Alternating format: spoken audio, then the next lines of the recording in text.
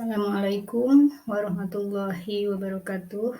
Perkenalkan, saya Eli Haryati akan menyampaikan tentang pemecahan masalah degradasi moral dan etika pada peserta didik di kelas 12 kecantikan kulit dan rambut semester 5 tahun pelajaran 2021-2022 di SMK Negeri 3 Sejak awal masuk ke kelas mereka di awal tahun ajaran, saya sudah mendapat info dari guru BK dan juga dari teman-teman guru yang lain bahwa di kelas saya itu terdapat beberapa anak yang memang memiliki perilaku yang kurang baik lah. Akhirnya berdasarkan pengalaman kami selama waktu itu sekitar 3 bulan berjalan, jadi memang terlihat bahwa di kelas itu anak-anaknya kurang kompak gitu. Jadi ada gap, satu kelompok, ada kelompok yang lainnya gitu. Makanya sebagai sumber rujukan dari permasalahan siswa ini, saya angkat atas dasar pengalaman sebagai wali kelas dan hasil pertimbangan bahwa peserta didik itu selain harus memiliki kompetensi yang baik terhadap pengetahuan dan juga terhadap keterampilannya, mereka juga harus memiliki karakter yang baik pula.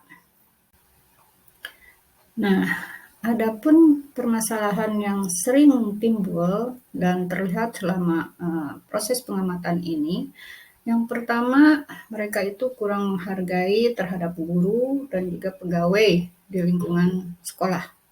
Kemudian hubungan antar peserta didik juga terlihat kurang harmonis dan suka meniru hasil pekerjaan orang lain. Jadi jika mereka itu dikasih tugas, mereka itu jadi malas gitu untuk bisa mengerjakan sendiri, akan tetapi lebih senang mereka itu meniru pekerjaan temannya. Dari kejadian-kejadian tadi, akhirnya saya mempelajari apa sih sebenarnya akar permasalahan tersebut. Akhirnya saya menyimpulkan bahwa permasalahan itu timbul akibat dari kurangnya penerapan nilai-nilai agama pada diri peserta didik. Kemudian yang kedua itu yang mempengaruhi perilaku mereka itu kurangnya etika dalam menggunakan media sosial.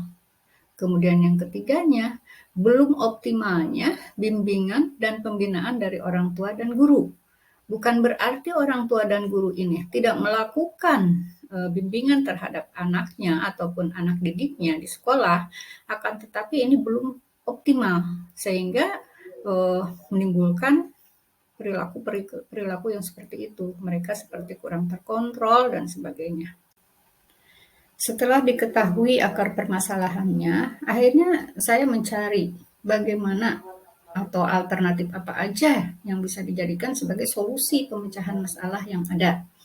Akhirnya saya menyimpulkan ada 3 alternatif yang waktu itu saya pertimbangkan. Yang pertama itu menanamkan pemahaman nilai-nilai agama, kemudian yang keduanya memberikan pengetahuan dan pemahaman tentang etika dalam bermedia sosial, dan yang ketiganya melakukan pendekatan pada peserta didik melalui pembinaan secara bertahap dan kontinu. Dari ketiga alternatif solusi pemecahan masalah tadi, akhirnya saya memutuskan mengambil solusi yang ketiga, yaitu dengan cara melakukan pendekatan pada peserta didik melalui pembinaan secara bertahap dan kontinu. Karena saya pikir bagaimanapun sulitnya permasalahan, jika kita lakukan secara perlahan namun terus-menerus, insya Allah akan ada perubahan yang signifikan pada diri mereka. Saya melakukan pembinaan sama mereka itu secara klasikal dan secara individual. Untuk tahap awal, saya lakukan secara klasikal, di mana mereka semuanya peserta didik dalam kelas tersebut itu mendengarkan pembinaan dari saya.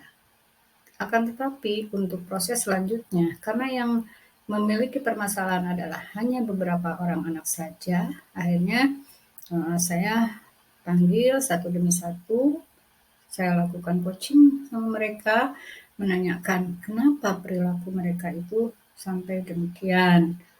Nah, mereka akhirnya berkata dengan jujur kepada saya, jadi penyebab-penyebabnya itu diantaranya yaitu memang pengaruh dari media sosial, mereka sering menonton tontonan-tontonan yang kurang mendidik, kemudian ya mungkinlah itulah kurangnya adanya pemahaman tentang bagaimana cara mereka memperlakukan media sosial tersebut.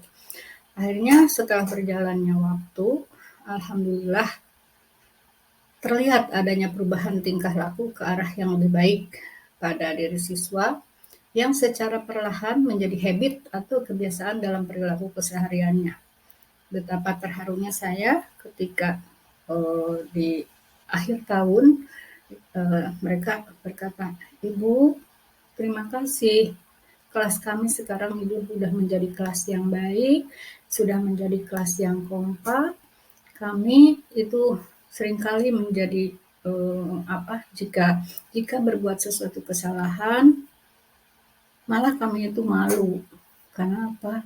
Apa yang saya lakukan itu bukan memarahi mereka, akan tetapi mengajak mereka itu untuk yuk kita bareng-bareng memperbaiki diri." Nah, itu mungkin yang bisa saya sampaikan. Itu yang bisa saya sampaikan. Mohon maaf atas segala kekurangannya. Semoga bermanfaat. Billahi taufiq wal hidayah. Wassalamualaikum warahmatullahi wabarakatuh.